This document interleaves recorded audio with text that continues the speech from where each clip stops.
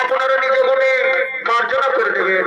তাই আমাদের ওস্তাদ বৈদ্যনাথ মাহাতো নিত্যরূপে বলার নাম রেখেছেন দত্তগুরু শুক্রাচার্যের সঞ্জীবনী মন্ত্র লাভ ও ইন্দ্রকন্যার সঙ্গে শুভ বিবাহ।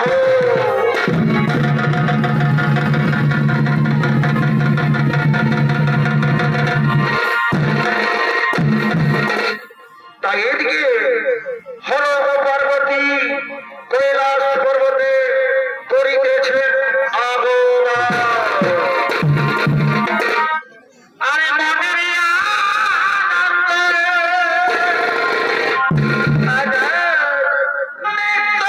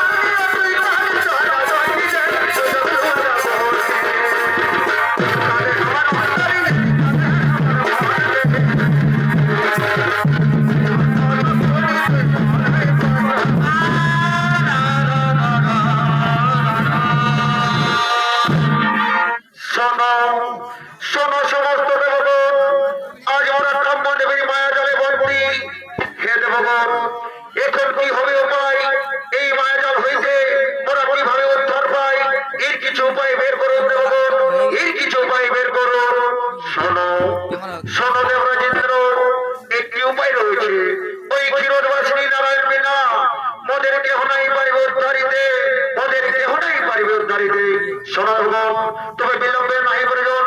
এর সঙ্গে সকলে একত্রিত হয়ে প্রভু নারায়ণের পরিসর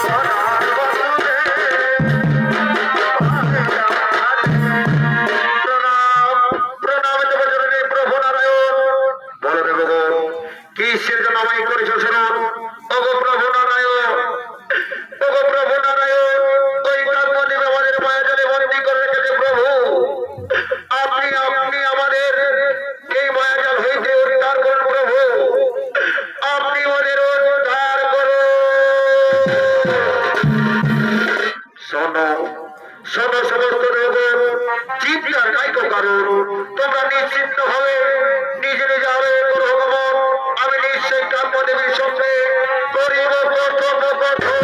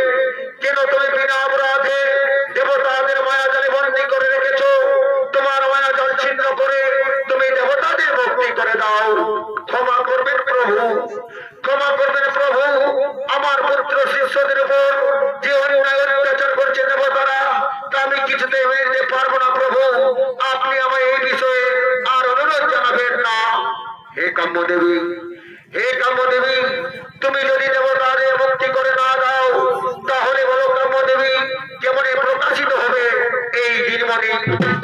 তাই বলি কাম্যদেবী তুমি আর বিলম্ব করো না, অতি শীঘ্রই তুমি দেবতাদের মুক্তি করে দাও। না প্রভু নারায়ণ না, মৃত্যু যদি আসে আমার সম্মুখে তবু আমার প্রতিজ্ঞা থেকে আমি এক পা হব না। কি বললে তুমি, কি বললে তুমি? এক সামান্য তপস্বী ঋষি পত্নী হয়ে তোমার মুখে এত সাহস, তবে দেখি কত বিদ্যা শক্তি নিয়েছ তোমার দেহ হান্নারে।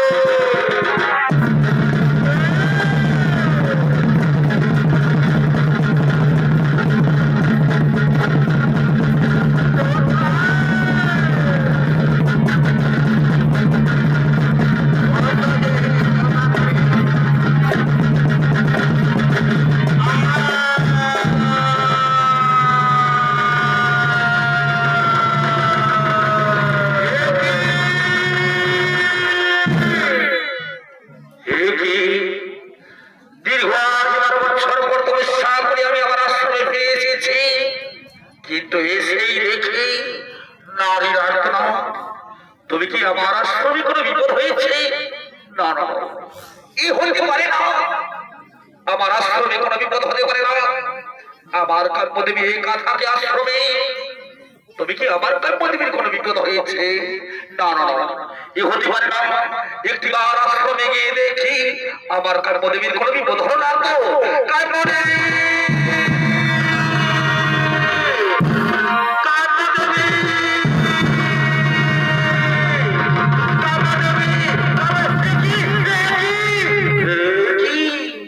কেউ ওখানে পড়ে রয়েছে, রক্তাক্ত রক্তাক্ত দেহ মাটিতে।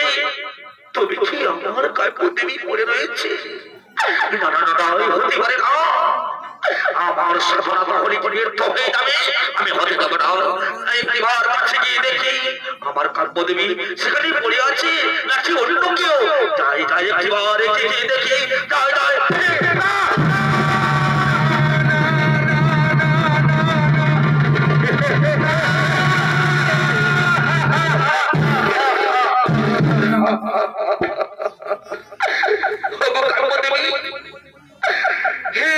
কি করে হলো? দীর্ঘ 12 বছর তপস্যা করে আমি তোমার কাছে এসেছি, আর এসেই দেখি কিনা তুমি রক্তাক্ত দেহ মাটিতে পড়ে রয়েছ। তাহলে আমি এই কাজ যেমন করে থাকবো, তুমি একটিবার বলে দাও। হে বিধাতা, তুমি একটিবার বলে দাও।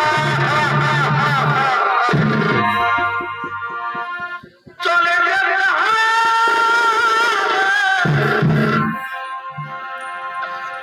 সকলে জানা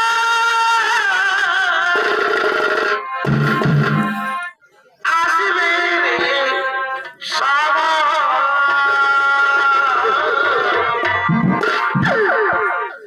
ভিডিওরে কি লিখেছে, কখন কারে মরণ।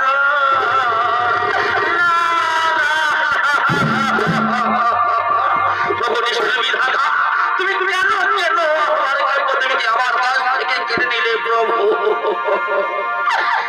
ভিডিওরে কি লিখেছে, কখন কারে মরণ।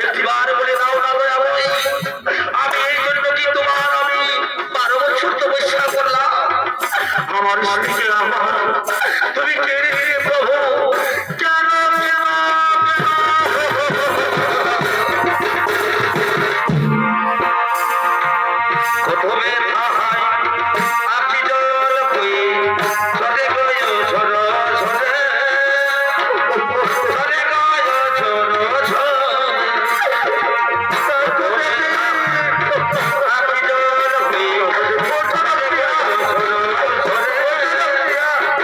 সরে গয়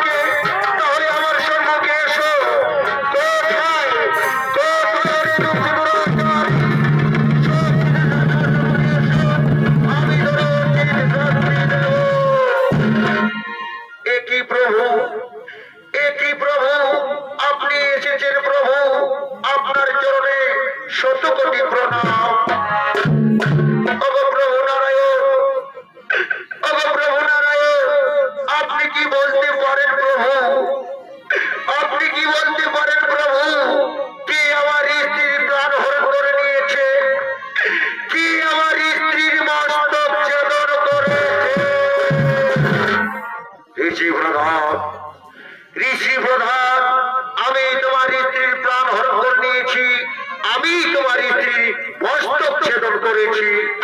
কেন প্রভু, কেন প্রভু, কি দোষ করেছিল আপনার রাঙারাত ওই চরণে আমার স্ত্রী, যে আপনি আমার স্ত্রীকে আমার কাছ থেকে চিরদিনের মতো কেড়ে নিলেন প্রভু? কেন প্রভু, কেন?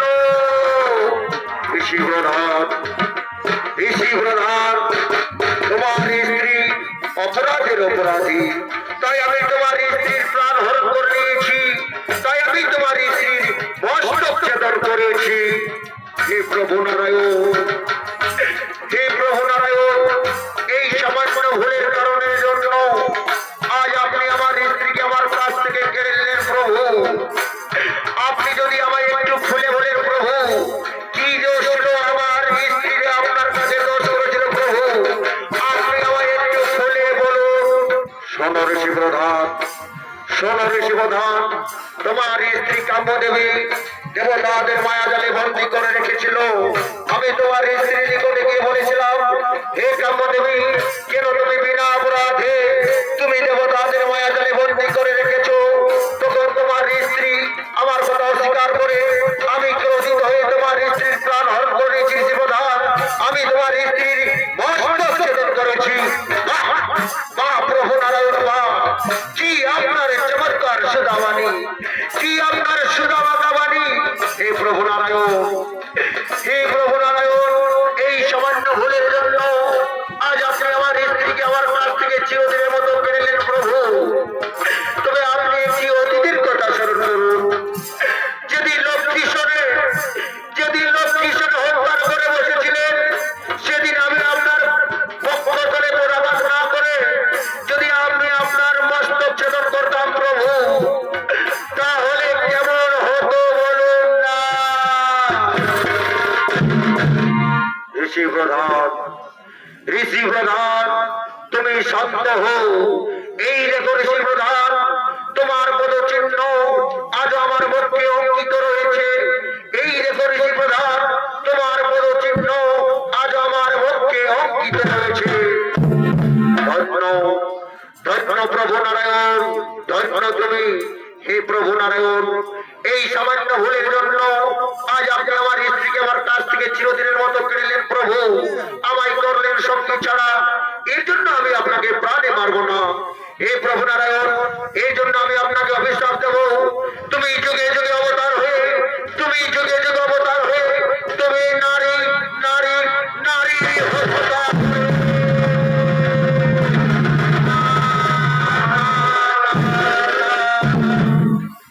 করলেন। এ কি করলেন ঋষি প্রধান, এ কি করলেন আপনি? আমি তো দেবতাদের মঙ্গলের জন্য এ কাজ করেছিলাম, আর আপনি আমায় এত বড় অভিশাপ দিলেন প্রভু। এই আপনি আপনার এই অভিশাপ ফিরিয়ে দিন ঋষি প্রধান, আপনি আপনার এই অভিশাপ ফিরিয়ে দিন। অসম্ভব, অসম্ভব প্রভু নারায়ণ, মুনি বাক্য না হবে লঙ্ঘন, অভিশাপ তোমায় পেতে হবে, অভিশাপ তোমায় পেতে হবে, অভিশাপ তোমায় পেতে হবে। ঋষি প্রধান, আপনার অভিশাপ আমি আমার মস্তকে ধারণ করে নিয়ে চলে যাচ্ছি। ঋষি প্রধান, আপনার অভিশাপ আমি আমার মস্তকে ধারণ করে নিয়ে চলে যাচ্ছি। যাও নারায়ণ যাও, তুমি লক্ষ্মী শোনে, তুমি লক্ষ্মী শোনে সুখে থেকো। যাও নারায়ণ যাও, তুমি লক্ষ্মী শোনে সুখে থেকো। যাও নারায়ণ যাও, তুমি লক্ষ্মী শোনে সুখে থেকো।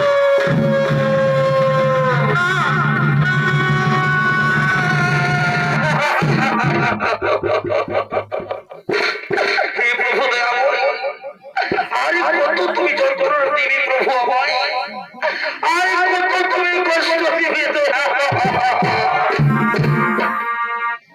ওরে আর কত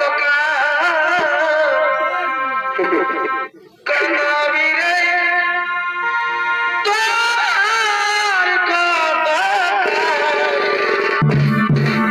কাঁদাবি রে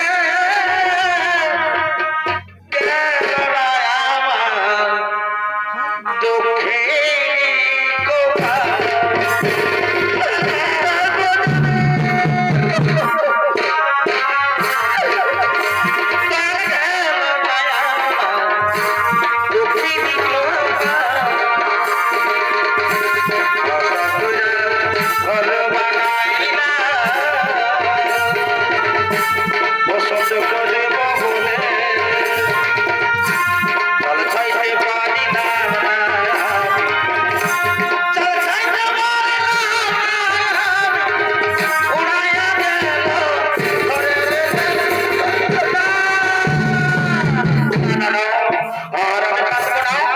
আমার মাত্র শক্তি দিয়ে আমার পার্বতীকে পুনরায় জীবিত করে তুলবো, পুনরায় জীবিত করে তুলবো।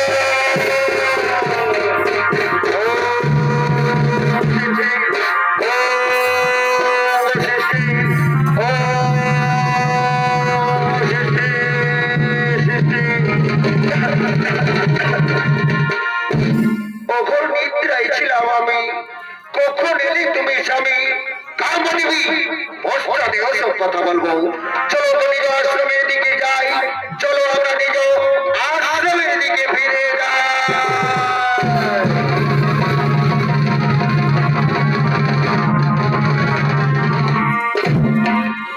আর এদিকে দত্তগুরু শঙ্করাচার্য, এদিকে দত্তগুরু শঙ্করাচার্য দেবাদিদেব মহাদেবের তপস্যা করার জন্য হিমালয়ের হিমশীতল পর্বতে করিতেছেন আগমন।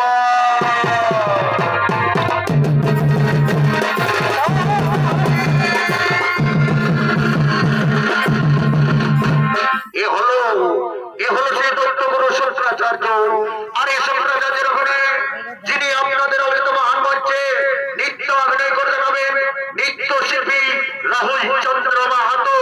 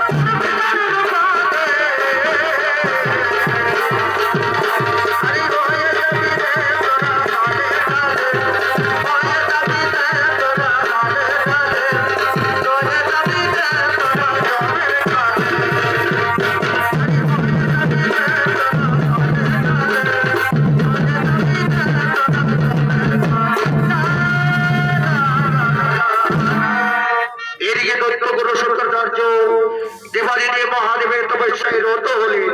আর আজকে ইন্দ্রকন্যা জয়ন্তী, ওদিকে ইন্দ্রকন্যা জয়ন্তী সঙ্গে রসিমনাকে নিয়ে এই মনির ধ্যান ভঙ্গ করার জন্য করিতেছেন আগমন।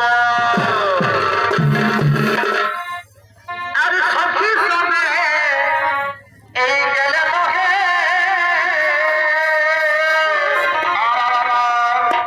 এই নদী আর কিনারে।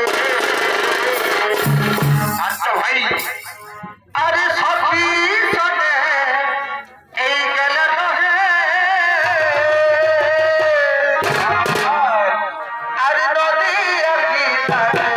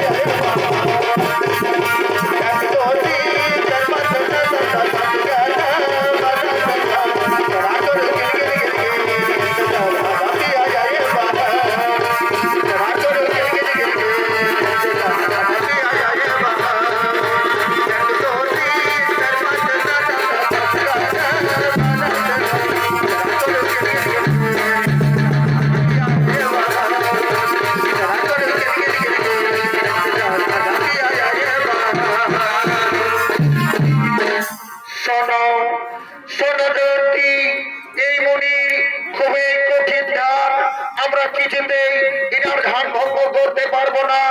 চলো জয়ন্তী, তোমার বিদ্যালয়ে ফিরে যাই। চলো জয়ন্তী, আমরা সকলে মিলে তোমার বিদ্যালয়ে ফিরে যাই। না না সখীবৃন্দ, না, পিতৃ আদেশ না পরিবর্তন করিতে তোমরা চলে যাও আমার বিদ্যালয়ে। তোমরা চলে যাও আমার বিদ্যালয়ে। আমি এই মনির ধ্যান যতক্ষণ না ভঙ্গ হবে, আমি বৃক্ষতলায় বসে অপেক্ষা করবো। তোমরা চলে যাও আমার বিদ্যালয়ে।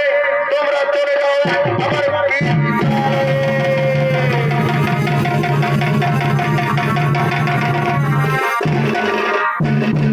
এদিকে দৈত্যগুরু শুক্রাচার্য দেবাদিদেব মহাদেবের তপস্যায় রত হলেন। ওম নমঃ শিবায়।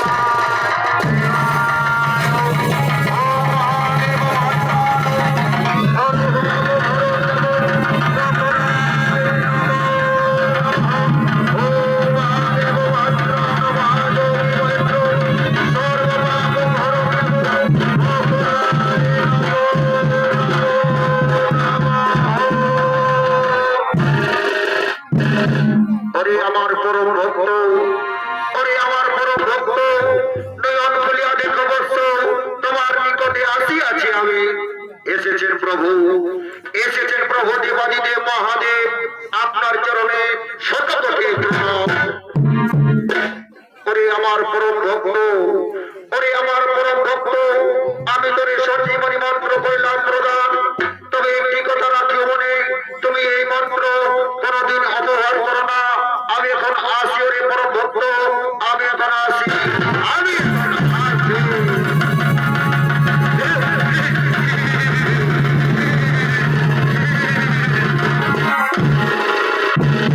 এই তো আমি দেবাদিদেব মহাদেবের নিকট হইতে পেলাম সঞ্জীবনী মন্ত্র। এই সঞ্জীবনী মন্ত্র দিয়া আমার পুত্র শিষ্যদের উপর আমি নিঃস্ব ভার করতে পারবো। ওরে তাহলে তো আর কেউ পরাজয় করতে পারবো না। ওরে পরাজয় করতে না পারে চলে এসো, চলে এসো।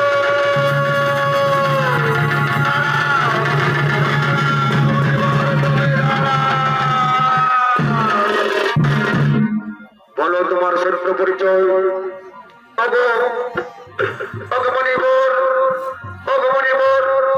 আমি ইন্দ্রকন্যা, নাম আমার জয়ন্তী। তোমার তপস্যা ভঙ্গ করার জন্য আমি তোমার নিকটে আসিয়েছিলাম, কিন্তু ব্যর্থ হয়ে তোমার অপেক্ষায় বৃক্ষতলায় বসে অপেক্ষা করছিলাম। মণিবর, মণিবর, আমি না তোমায় শয়নে স্বপনে ভালোবেসে ফেলেছি, আমি তোমায় পত্নী রূপে পেতে চাই। অসম্ভব, অসম্ভব, এ কি বলছো তুমি? তুমি না দেবকন্যা আর আমি দৈত্যগুরু শুক্রাচার্য। এই সম্পর্ক কোনদিনই হতে পারে না। আরে মনে খাতা প্রথম পাতায় লিখে রেখেছি তোমার নাম, লিখে রেখেছি তোমার নাম। আরে বাহ, জানি না কেন দিলে না তুমি, জানি না কেন দিলে না তুমি এই ভালোবাসার নাম। আচ্ছা ভাই, লিখে রেখেছি তোমার নাম, লিখে রেখেছি তোমার নাম।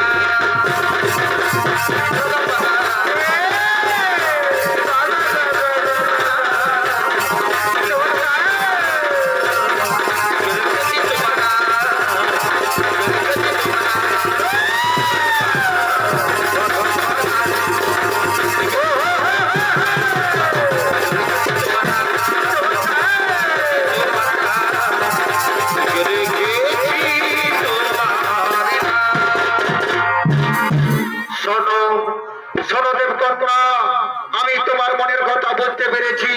চলো আমার মাতা পিতার আশ্রমে আমাদের বিবাহটা সম্পূর্ণ করিব।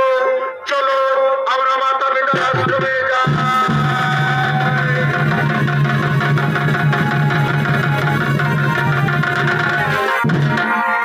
আর ওদিকে, ওদিকে ভৃগুমুনি ও তার স্ত্রী, তার পবিত্র শোভা দেওয়ার জন্য করিতেছেন আগমন।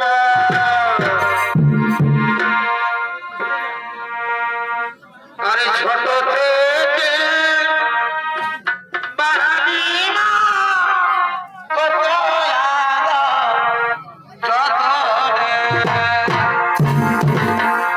আরে ছোট থেকে কি বাড়ানি মা কি কত যত আজ লোকের ঘরকে পাঠাছ বাজো আমাকে ভুলের ভালো লোকের ঘরকে পাঠাছ আমাকে ভুলের ভালো ছোট থেকে বাড়ানি কত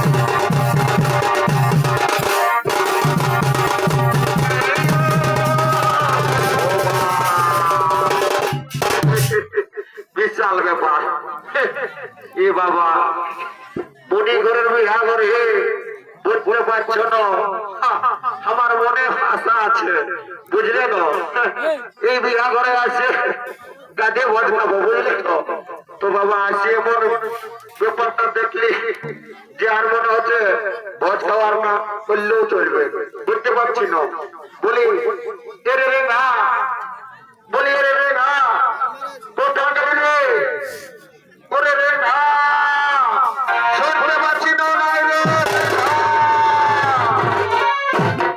বাহ আরে চুরু ভুকুরে শালা আমি আমলাই হামলাই চোখে যাচ্ছি রেখা রেখা বলে আপনি কোন জানে কোন দিক আছে বড় কাছে টোপ দাও হ্যাঁ বড় ভাই পঞ্জরে ঘর বুঝলি না তোকে আমি কি বলেছি হ্যাঁ বল বলছি দাঁড়া মারিস না দেখ দাদা মারিস না দেখ মারিস না দিব শালা কোনো কথা তুই শুনে শুনে বলি দাদা একটা কথা বলবো বলছি বিহাঘরটা যে পাইরাই গেল এত বড় মুনি ঘরের বিহাঘরটা যে পাইরাই গেল তো আমার মনে বড় আশা যে আমি এই বিহাঘরে একটু নাচা গানা করবো তো বলি হ্যাঁ দাদা তুমি আমার কথায় রাগাচ্ছ না রে ভাই তুই ঠিকই বলেছিস এই বিহাঘরে যদি নাচা গানা না হয় তাহলে কি আর হবে? এক নম্বর হচ্ছে ওই 10 টাকা গ্লাসের নেশাটা এক নম্বর মাথায় চাই গরু গরু চাই গরু গরু করে চাই। বুঝলি তো?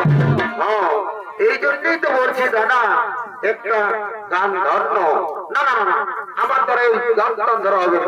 যদি পারিস তো তুই ধর, নাই তো সেটা চল। বুঝতে পারলি না? অত তো ঠিক আছে, আমি যাচ্ছি। হ্যাঁ না বলি, হ্যাঁ গো ডিস্কো বলি তোমরা এখানে বসে থাকবে নাকি গো? একটু এসো, তোমাদের সঙ্গে আমরা একটু নাচা গানা করবো না? এ বাবা, এরা মোর বোনের সঙ্গে বসে আছে গো। এ বাবা, হ্যাঁ আর তোমাদের একটা শখ ছিল যে কোথায় রেখে দিয়ে গেলে? ওই যে আসছে, দেখতে পাচ্ছ না? এ বাবা, মুচকি হাসি হাসি হাসি। এ বাবা, তবে তাই ধরো, গানটা ধরো। এগো ঠেলিকে দিয়ে বলিকে দিল, এগো ঠেলিকে দিয়ে বলিকে দিল। আচ্ছা ভাই, আর দাদার ছোট শালিটা আচ্ছা আর ধরিকে গেল দাদা এ আমার আরে ধরিকে গেল।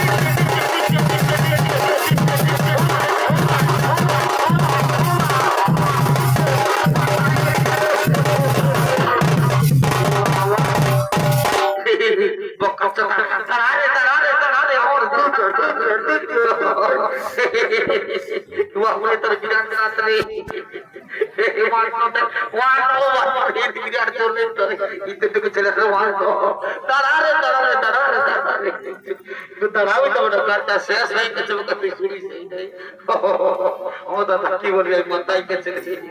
ঠিক আছে ঠিক আছে, চিন্তা করি না দাদা, আমি একটু এবারে ঠিক করে নাচবো। মাথা নাই, ঠিক আছে। এই আমার ঘরের লোকে আর বহু